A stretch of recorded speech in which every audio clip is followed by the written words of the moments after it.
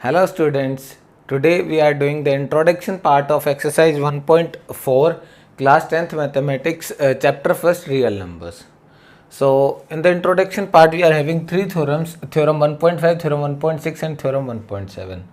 So before actually starting with the standard definition of these theorems, first हम क्या करेंगे, सबसे पहले इसके समझने के लिए इन थ्योरम का जो बेस रिक्वायर्ड है वो हम बेस बनाते हैं कि क्या है ये थ्योरम, किन चीज़ों से डील करना है हमें यहाँ पर.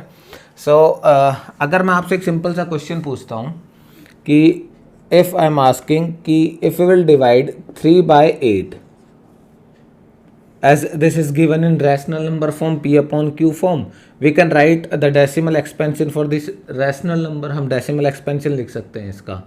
So मैं जानना ये चाह रहा हूँ, just wanted to know whether the decimal expansion of this rational number is terminating or non terminating. ये जो डेसिमल एक्सपेंशन हमें यहाँ पर दिया, ये हमें जो रैशनल नंबर दिया है इसका डेसिमल एक्सपेंशन टर्मिनेटिंग होगा या नहीं होगा. अब टर्मिनेटिंग एंड नॉन टर्मिनेटिंग आप जानते हैं कि लाइक अगर मैं 1 को डिवाइड करता हूँ 3 से तो क्या मिलेगा 0.3333 एंड सो ऑन, ये चलता जाएगा डिवीजन प्रोसेस. सो यहाँ पर ये टर्मिनेट नहीं हो रहा है, डिवीजन प्रोसेस खत्म नहीं हो रहा है. We are not getting remainder as 0 when 1 is divided by 3. हमें कभी रिमाइंडर 0 नहीं मिलेगा. दैट मीन्स ये क्या नॉन टर्मिनेटिंग है. टर्मिनेटिंग कैसा होगा, like if I am dividing 1/2, on that case क्या होगा, डिवाइड करोगे विल गेट 0.5, आपको रिमाइंडर 0 मिलेगा इस केस में. ठीक है, तो ये क्या हो गया टर्मिनेटिंग. डेसिमल के कुछ डेसिमल प्लेसेस के बाद we are getting a fixed value. Division process खत्म होगा डेसिमल के बाद. तो ये था टर्मिनेटिंग और नॉन टर्मिनेटिंग. तो हमें बस यहाँ पर इतना जानना है कि हम क्या डेसिमल को without actually performing the division process, हमें यहाँ पर डिवीजन प्रोसेस परफॉर्म नहीं करना है, जस्ट कोई और प्रॉपर्टी यूज़ करके आपको इसको देख के ये बताना है कि whether the decimal expansion of this rational number is terminating और नॉट. राइट. सो ऐसा करने के लिए अभी हम देख के नहीं बता पाएंगे क्योंकि हमें कुछ पता नहीं है अभी इसके बारे में, क्या थ्योरम है, क्या कॉन्सेप्ट है. ओके, इसके लिए थोड़ा सा एक सिंपल केस करता हूँ. लेट अस कंसिडर कि मैंने लिया 3/10. इस केस में बता सकते हो कि इसका जो डेसिमल एक्सपेंशन है वो क्या होगा. Most of the students will tell कि ये sir 0.3 it is terminating decimal expansion. यहाँ पर इसको if will divide 3/10 we will get 0.3, है ना. तो यहाँ पर decimal will count the number of zeros. Denominator में कितने जीरोस है, 1 फॉलोड बाय सर्टेन जीरोस. उस केस में क्या होता है, simply count the number of zeros और यहाँ से राइट हैंड साइड से उतने डिजिट काउंट करके हमें डेसिमल लगा देना है. 1 0 था तो यहाँ से डेसिमल काउंट 1 डिजिट काउंट करके from this right hand side decimal लगा दिया, ये आ गया डेसिमल एक्सपेंशन. तो हम इस अगर कभी भी डिनोमिनेटर में 10 हुआ तो हम बता सकते हैं कि इसका डेसिमल एक्सपेंशन क्या होगा. Similarly if it was given 25 upon let's say this is given to us, or we can consider instead of 27 we can consider 27. ठीक है, तो इस केस में क्या होगा 27/1000, इसको भी डेसिमल एक्सपेंशन में without actually performing the division process हम इसको भी लिख सकते हैं कैसे. 27 will count the number of zeros, 3 zeros है तो यहाँ से राइट हैंड साइड से 3 डिजिट्स के बाद हमें डेसिमल लगाना है. तो 1 2, अब थर्ड डिजिट है नहीं, विल पुट 0, तो यहाँ 0 लग जाएगा, डेसिमल 0. ये कितना बन गया 0.027. ये डिवाइड करके हमने डिवाइड करा भी नहीं और इसका डेसिमल एक्सपेंशन लिख दिया. ठीक है, तो दैट मीन्स हम ये कंक्लूड कर सकते हैं कि जब भी डिनोमिनेटर के अंदर कोई भी नंबर 10 और 10 टू द पावर n की फॉर्म में अगर गिवन होगा हमें, तो हम उसका decimal expansion without actually performing the actual division process we can write the decimal expansion of that rational number. हम उसका डेसिमल एक्सपेंशन लिख सकते हैं. ठीक है, तो यहाँ पर देखो ऐसा 10 और 10 to the power n, 10 to the power n क्या हो गया 100 हो गया, 10 to the power 3000, 10 to the power 4 10,000. So ऐसे क्या प्रॉपर्टी है इस 10 के पास कि इसकी वजह जो अगर डिनोमिनेटर में ये वाली फॉर्म हुई 10 और 10 टू द पावर n तो हम उसको डेसिमल में लिख सकते हैं. और ये कंफर्म है, हमेशा कंफर्म होगा कि जो डेसिमल एक्सपेंशन आएगा वो टर्मिनेटिंग आएगा. ठीक है, तो यहाँ पर देखो टर्मिनेट हो रहा है एक्चुअल डिवीजन प्रोसेस. 27 का 1000 से डिवाइड करोगे तो ये फिक्स वैल्यू मिल रही है, इसके बाद कोई डिजिट्स है नहीं. ठीक है, तो देखते हैं क्या है 10 और 10 टू द पावर n के पास क्या प्रॉपर्टी है. तो 10 को अगर if will try to find out the prime factors of 10 you will get 2 × 5. अगर आप 10 के प्राइम फैक्टर्स निकालना चाहते हो तो यू विल गेट 2 5 जा 10 5 1 जा 5. क्या है 2 × 5 ये फैक्टर्स थे तो ये फैक्टर हो गए 10 के. ठीक, उसके बाद 100 के फैक्टर्स अगर आप निकालोगे इसी तरह से प्राइम फैक्टर्स तो क्या मिलेगा 2 × 2 5 × 5. 2 इंटू 2 4, 4 इंटू 5 20, 20 इंटू 5 100। तो ये हो गए 100 के फैक्टर्स। सिमिलरली 1000 के फैक्टर्स अगर आप निकालोगे you will gate 3 times 2 and 3 times 5, ठीक है। तो ये हो गए 100 के फैक्टर्स। सिमिलरली 1000 के फैक्टर्स जब आप फाइंड करोगे तो आपको मिलेगा 4 times 2 5 times 4 times 2 and 4 times 5, ये आपको मिलेगा।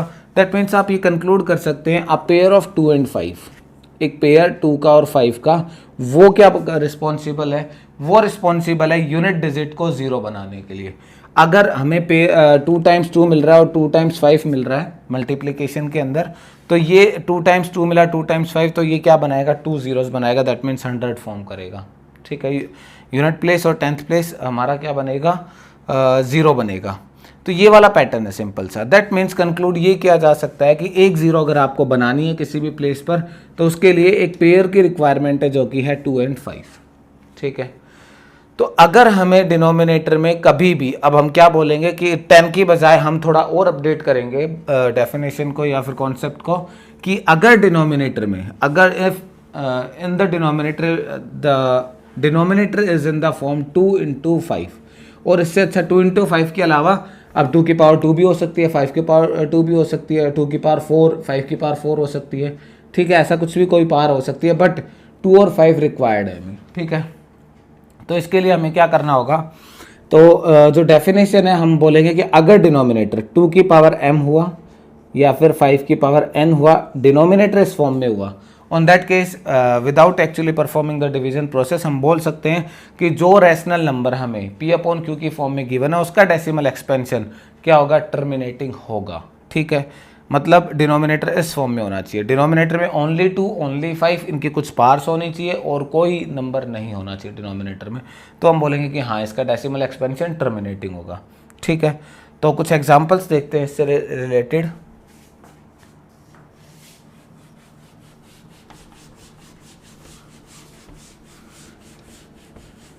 जो हमने अभी एग्जाम्पल एक कंसिडर किया था, क्या एग्जाम्पल कंसिडर किया था, हमने एग्जाम्पल कंसिडर किया था 3/8, 3/8।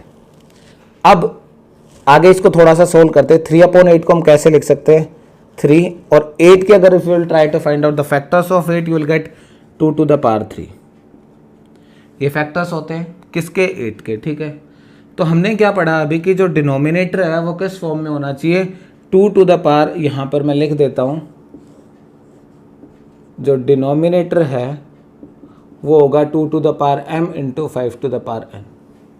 तो यहाँ पर देखो इसके अलावा कोई और नंबर डिनोमिनेटर में नहीं होना चाहिए, तो यहाँ पर 2 to the power n m है, ठीक है। m की वैल्यू क्या है, 3।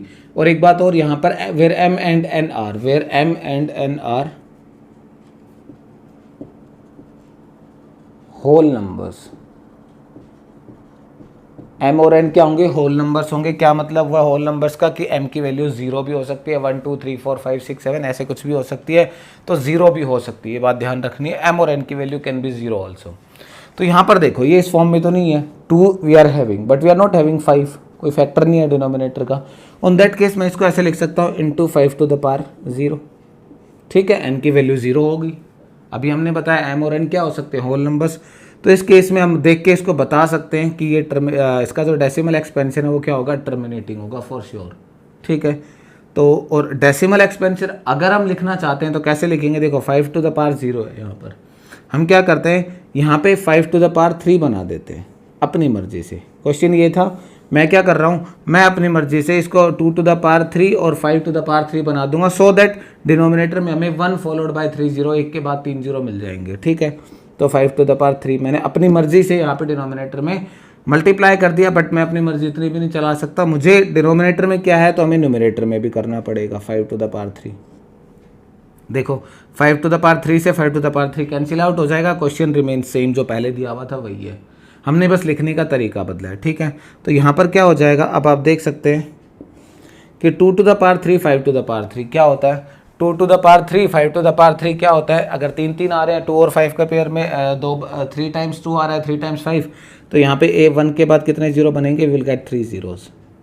और न्यूमरेटर में क्या बनेगा, यहाँ पर 3 इंटू 10 टू, ये जो है 10 to the power 5 to the power 3 कितना होता है 125, 5 क्यूब इंटू यहाँ पर क्या है 3 है, ठीक है।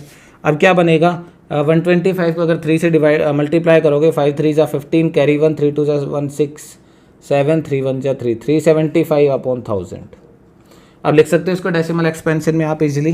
कैसे लिखोगे? 3 जीरोज है डिनोमिनेटर में, from the right hand side just count 3 digits and place the decimal 1 2 3, 3 digits के बाद तो यहाँ पर 3 के पहले क्या आ जाएगा, यहाँ पर डेसिमल। 3 जीरोज है, 1 2 3, 3 के बाद यहाँ पर हमने डेसिमल लगा दिया। ये इसका डेसिमल एक्सपेंशन हो गया, और देख के यहीं पर हम बता सकते थे कि ये टर्मिनेटिंग डेसिमल एक्सपेंशन हो गया, नॉन टर्मिनेटिंग। ठीक है, एक एग्जाम्पल और कंसिडर करते हैं। Let us consider we are having 27, ठीक है, and we are having 3 into 10. We have to determine whether this rational number, if we will try to find out the decimal expansion of this rational number, that will be terminating or non terminating, हमें ये find करना है। ठीक है, और अगर non terminating है तो वो क्या है। ठीक है, तो इसके अंदर देखो करना क्या है, हमें सबसे पहले 27 जो हमने अभी देखा था, हमें जो डिनोमिनेटर इसके प्राइम फैक्टर्स निकालने पड़ेंगे। 3 का प्राइम फैक्टर 3 होता है, 10 का क्या होता है 2 into 5।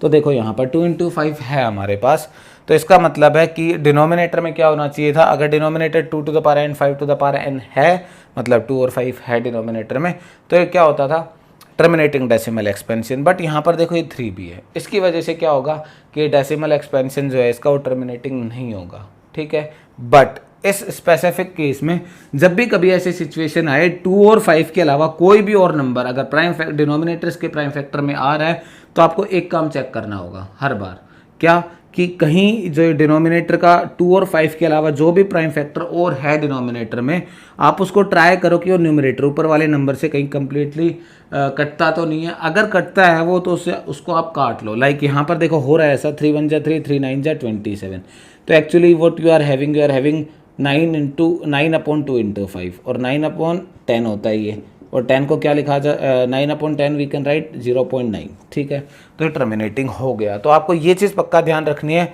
अगर 2 और 5 के अलावा डिनोमिनेटर में आपको कोई भी ऐसा नंबर मिल रहा है जो कि 2 और 5 के अलावा कोई भी प्राइम फैक्टर अगर मिला, तो आपको क्या करना है, एक बार न्यूमरेटर से चेक करना है कि वो कहीं कंप्लीटली कैंसिल आउट तो नहीं हो रहा है।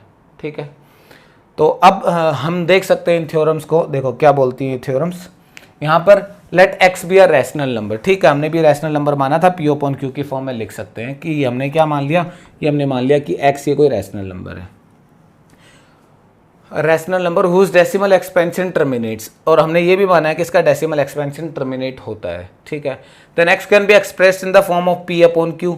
ठीक है, अगर एक्स रैशनल नंबर माना था तो पी अपॉन क्यू की फॉर्म में लिख सकते हैं, पी अपॉन क्यू की फॉर्म में रिप्रेजेंट किया हुआ है। P and q are coprimes, p और क्यू को प्राइम्स है, दैट मीन्स इसका मतलब क्या हुआ को प्राइम्स का, कि इनका HCF1 है। मतलब HCF1 है, मतलब क्या हुआ कि इन दोनों के बीच में कोई भी कॉमन फैक्टर नहीं है, कोई भी कॉमन फैक्टर नहीं है इन दोनों के बीच में। मतलब क्या हुआ, और मतलब इसका कि अगर यहाँ पर देखो इनका कोई कॉमन फैक्टर नहीं है, मतलब ये कैंसिल आउट नहीं होंगे, मतलब ऐसा कुछ भी नहीं मिलेगा आपको कि जैसे like if we are writing 5/10, तो यहाँ पे आप कैंसिल आउट कर सकते हो 5 1 जा 5, 5 2 जा 10, मतलब इन दोनों नंबर्स के बीच में क्या था, 5 एक कॉमन फैक्टर था। तो ये जो नंबर हमें दिया हुआ, अब देखो 1/2 आपको मिल गया, अब ये को-प्राइम नंबर से इनके बीच में कोई भी कॉमन फैक्टर नहीं है बेसिकली। ठीक है, एक्सेप्ट 1 तो हर एक के अंदर होता है। तो ये इस तरह की बात कर रहा है कुछ कि पी और क्यू क्या है, सिंपलेस्ट फॉर्म में दिए हुए, न्यूमरेटर और डिनोमिनेटर अब कैंसिल आउट नहीं हो सकता है, उस स्टेज की बात कर रहे हैं। ठीक है, and the prime factorization of q is of the form 2 to the power n into 5 to the power m, where m and n are positive integers। ठीक है, तो ये क्या कह रहा है कि अगर हमें कोई भी नंबर p अपॉन क्यू की फॉर्म में दिया हुआ है और अगर उसका डेसिमल एक्सपेंशन टर्मिनेट होगा, वही हमने जो अभी पढ़ा, अगर उसका डेसिमल टर्मिनेट होगा तो उसका मतलब है उसका जो डिनोमिनेटर है, जो q की वैल्यू है वो 2 to the power m into 5 to the power n इसी फॉर्म में होगी। ठीक है, तो ये थी थ्योरम 1.5, और यहाँ पर भी वही है, थ्योरम 1.6 में बेसिकली वही बताया गया है, the next has a decimal expansion which terminates. तो अगर डिनोमिनेटर हमारा इस फॉर्म में हुआ 2 to the power m into 5 to the power n, उस केस में आप बोल सकते हो अगर आपका डिनोमिनेटर के prime factors 2 to the power m 5 to the power n इसकी फॉर्म में है, तो वो डेसिमल एक्सपेंशन टर्मिनेट होगा। और ये थ्योरम 1.7 क्या बोलती है, अगर आपका डिनोमिनेटर जो रैशनल नंबर जिसको आप लोगों डेसिमल फॉर्म में कन्वर्ट करना है, डेसिमल एक्सपेंशन की फॉर्म में लिखना है, अगर उसका जो डिनोमिनेटर है वो 2 to the power m into 5 to the power n की फॉर्म में नहीं है, तो उस केस में क्या होगा, वो क्या होगा, नॉन टर्मिनेटिंग डेसिमल एक्सपेंशन होगा। ठीक है, नॉन टर्मिनेटिंग रिपीटिंग होगा। तो ये था हमारा थ्योरम 1.5, थ्योरम 1.6, थ्योरम 1.7। तो हमें बस इन्हीं चीज़ों से डील करना है एक्सरसाइज 1.4 के अंदर। Thank you.